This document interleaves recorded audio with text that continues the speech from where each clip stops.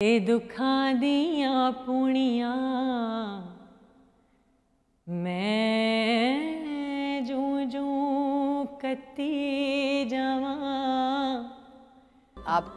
आपकी जो तजर्बा है, आपका जो एक्सरसाइज है, किसी भी फील्ड में हो, वो आपको हर सूरत में करनी पड़ती है। बहुत आंखें खोली इस काम ने भी मेरी। मेरा ये ख्याल है कि ये होता ऐसा ही है, शायद वो हमारे लिखा गया होता है सब कुछ जो हमने करना होता है। हमारी बहुत सारी बातें जारी हैं, क्यों ना थोड़ा सा म्यूजिक का तड़का ऐड कर दें। यहाँ परवेज साहिबा हमारे साथ इन कॉन्वर्सेशन हो, हमारे मॉर्निंग शो में आई और हम उनसे गाने की फरमाइश ना करें, हम इनको ऐसे तो जाने नहीं देंगे। तो फरिया जी क्या सुनाएंगे हमारी ऑडियंस के लिए? आज क्या ट्रीट है सुबह सुबह?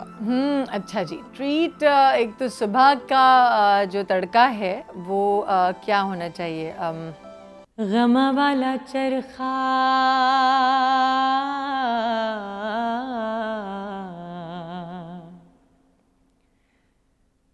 ते दुखां दियां पुणियां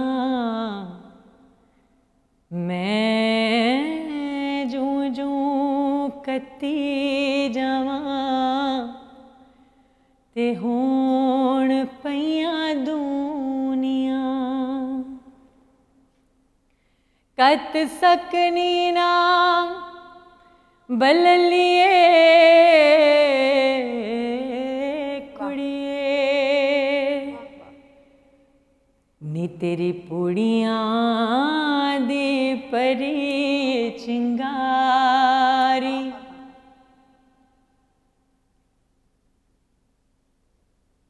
मेरी ईद वाला चन्न कदों चढ़ेगा चढ़ेगा अल्लाह जाने माही कदों वेड़े वड़ेगा वड़ेगा दुख डाडे ने ते जिंदड़ी मलूक माया मैनू याद आउंदा सुन चरखे दी मिठी मिठी कूक माया मैनू याद आउंदा सुन चरखे दी मिठी मिठी कूक।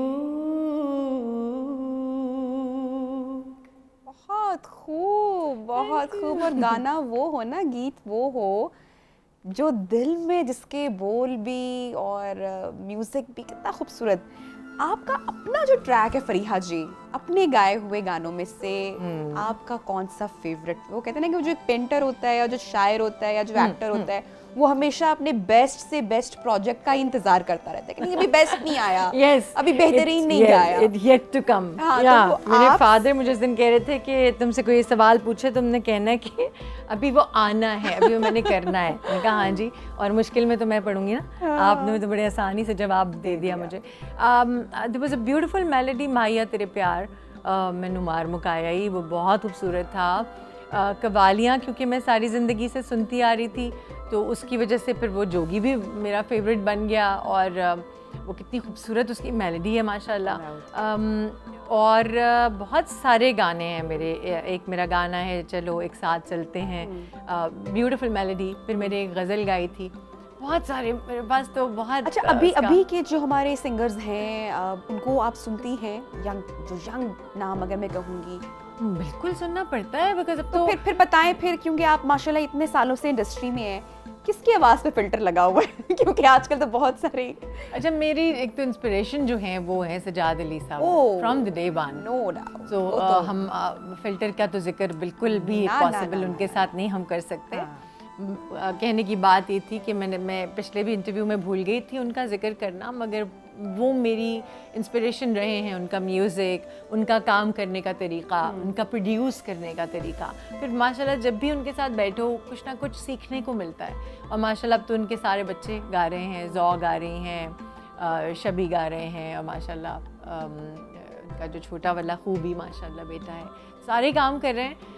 मुझे उनका काम सारे बच्चों का बहुत अच्छा लगता है, और आजकल जितने बड़े बड़े नाम हैं। लेकिन फरीहा, ये जैसे आपने सजाद अली साहब का जिक्र किया और आपसे भी मेरी मुलाकात हो रही है, ये इतनी खूबसूरत आवाज़ के जो मालिक लोग हैं, आपको नहीं ऐसा लगता है कि ये बड़ा जुल्म है, बड़ा सितम है कि इतना कम कम गा रहे हैं? इसकी क्या वजह? क्योंकि रिसेंटली हमारे पास यूजुअली जो प्रोग्राम का लास्ट सेगमेंट होता है उसमें कोई ना कोई टैलेंट आता है। अच्छा। कोई ना कोई बच्चा जो कि सिंगिंग की फील्ड में या एक्टिंग में, सो एवरीबॉडी सेज के भाई हमारे फेवरेट सिंगर जो हैं वो सजाद अली हैं, लेकिन आई थिंक और गाना चाहिए। और आपने भी बहुत गा रहे हैं, आपने भी ब्रेक ली हुई है। देखिए, ब्रेक तो मैंने तो किसी बेहतरी के लिए इसलिए ली क्योंकि हम कुछ नया काम कर सकें। एक चीज़ में ब्रेक लग जाती है। अभी भी हम लोग माशाल्लाह, अभी जो मैंने जस्ट शेयर्ड विद यू, वो भी नुसरत फ़तेह अली खान साहब, उससे पहले का शायद ये फ़ोक है जिसको हम गाते ही रहेंगे। ज़ाहिर है फ़ोक को कभी भी नहीं हम छोड़ सकते, मगर ब्रेक लेने से सजाद अली साहब की तो माशाल्लाह मुझे जो उनका स्टाइल तरीका है, बार बार कभी वो कुछ ना कुछ लेके आते हैं। कितना खूबसूरत रहा उनका रावी, उसके बाद बहुत सारे, उसके बाद बहुत लाइन में गाने को रुला ही दिया। सी तो ये तो नहीं हम कह सकते वो काम नहीं आ रहा। माशाल्लाह उनके सारा काम हमें याद होता है। बिल्कुल, बल्कि वो मुझे कहते रहते हैं कि तुम्हें यूं करना चाहिए, अब तुम्हें यूं करना चाहिए, अब तुम्हें तुम्हारा यूं होना चाहिए। तो इतने सालों सर्व किया, गाना गाया, एक से बढ़कर एक सुपरहिट फिल्म इंडस्ट्री के बहुत सारे गाने, परफॉर्मेंस दुनिया भर में, कॉन्सर्ट्स, आज भी रियाजत करनी पड़ती है? रियाजत तो हर वक्त करनी पड़ती है। रियाज आपकी जो तजर्बा है, आपका जो एक्सरसाइज है, किसी भी फील्ड में हो, वो आपको हर सूरत में करनी पड़ती है। बेशक आप एक कैमरे का फ्रेम ही क्यों ना बना रहे हो, आप रोज़ाना उसमें भी 10 चीज़ें सीखते हैं। लाइट यहाँ से आ जाती तो ये होता, ये कर लेते तो ये हो जाता।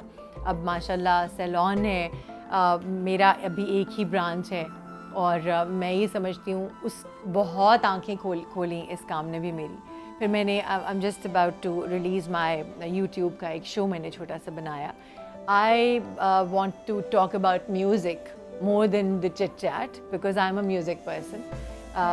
मगर उसमें अब यही हुआ कि थोड़ी सी चिट चैट ज़्यादा हो गई क्योंकि बातें आर्टिस्ट टू आर्टिस्ट बात बहुत डिफरेंट होती है। Anchor to artist is entirely different. Yes I am sure. हाँ, तो ये ब्यूटी की फील्ड में मतलब सैलून आपका ये जो वेंचर है, आपने बताया कि स्विट्ज़रलैंड गई, वहाँ से प्रॉपर आपने ट्रेनिंग ली एंड सक्सेसफुल फरिया परवेज़ जो कि इतने सालों से सिंगिंग कर रही हैं, वो वन फाइन डे अपने आप को एक्सप्लोर करना चाहती हैं और एक नई चीज़ की ट्रेनिंग लेती हैं, तरबियत लेती हैं और पाकिस्तान में आके अपना एक बिजनेस लॉन्च करती हैं। ये वेंचर एकदम से रुझान गया या कहीं पे स्टक था कि नहीं I have to start something new या कुछ नया एक्सप्लोर करना है मैंने अपना? नबिया, पता नहीं, मेरा ये ख्याल है कि ये होता ऐसा ही है, शायद वो हमारे लिखा गया होता है सब कुछ जो हमने करना होता है। माशाल्लाह, शुक्र है अल्हम्दुलिल्लाह कि माय फादर, माय पेरेंट्स, मेरी अम्मा भी माशाल्लाह बड़ी ज़हीन थी। ये लोग जब इंटेलिजेंस आ जाती है ना माशाल्लाह, अच्छा जहन होता है तो आप बहुत सारे काम करना चाहते हैं और कर पाते भी हैं अल्हम्दुलिल्लाह। जब मैंने ब्रेक लिया और मैंने सोचा कि चलो मैं थोड़ा सा और अपनी ज़िंदगी में से थोड़ा ब्रेक लेके थोड़ा सा कोई और रास्ता इख्तियार करती हूँ, when I went to just to you know have fun और घूमना फिरना, मैं वहाँ भी बोर होना शुरू हो गई कि मैं क्या करूँ, मैं करूँ क्या, because I have been working all my life बचपन से। मैंने सोचा कि वहाँ कुछ फ्रेंड्स थे, उन्होंने कहा कि आप हेयर कटिंग क्यों नहीं सीख लेते।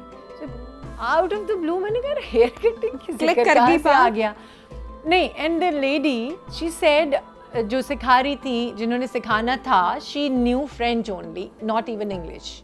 तो अब ये भी एक दिल में पैदा हुआ कि यार फ्रेंच बड़ी प्यारी लैंग्वेज होती है, ज़बान सीखने का गुर जो है वो क्या है। और वो भी मैंने जब सीखना शुरू किया, it's such an amazing experience. It's a very difficult language. I know it is, but when I say that मैं बीमार हूँ या मैं खुश हूँ या मैं एक सिंगर हूँ, ये स्वी शॉन्टोस सो ब्यूटीफुल कि मैं एक सिंगर हूँ, यू नो। फरिया, आपको तो फिर फ्रेंच में गाना रिलीज करना चाहिए, आजकल तो बहुत सारे सिंगर्स कर भी रहे हैं। आई नो, इंशाल्लाह, लेट्स सी। तो वो जब मैंने हेयर कटिंग, मुझे मज़ा ही आया। द लेडी सेड कि अगर आप तुम्हारी उम्र 40 से ऊपर है तो तुम बहुत जल्दी सीख लोगी।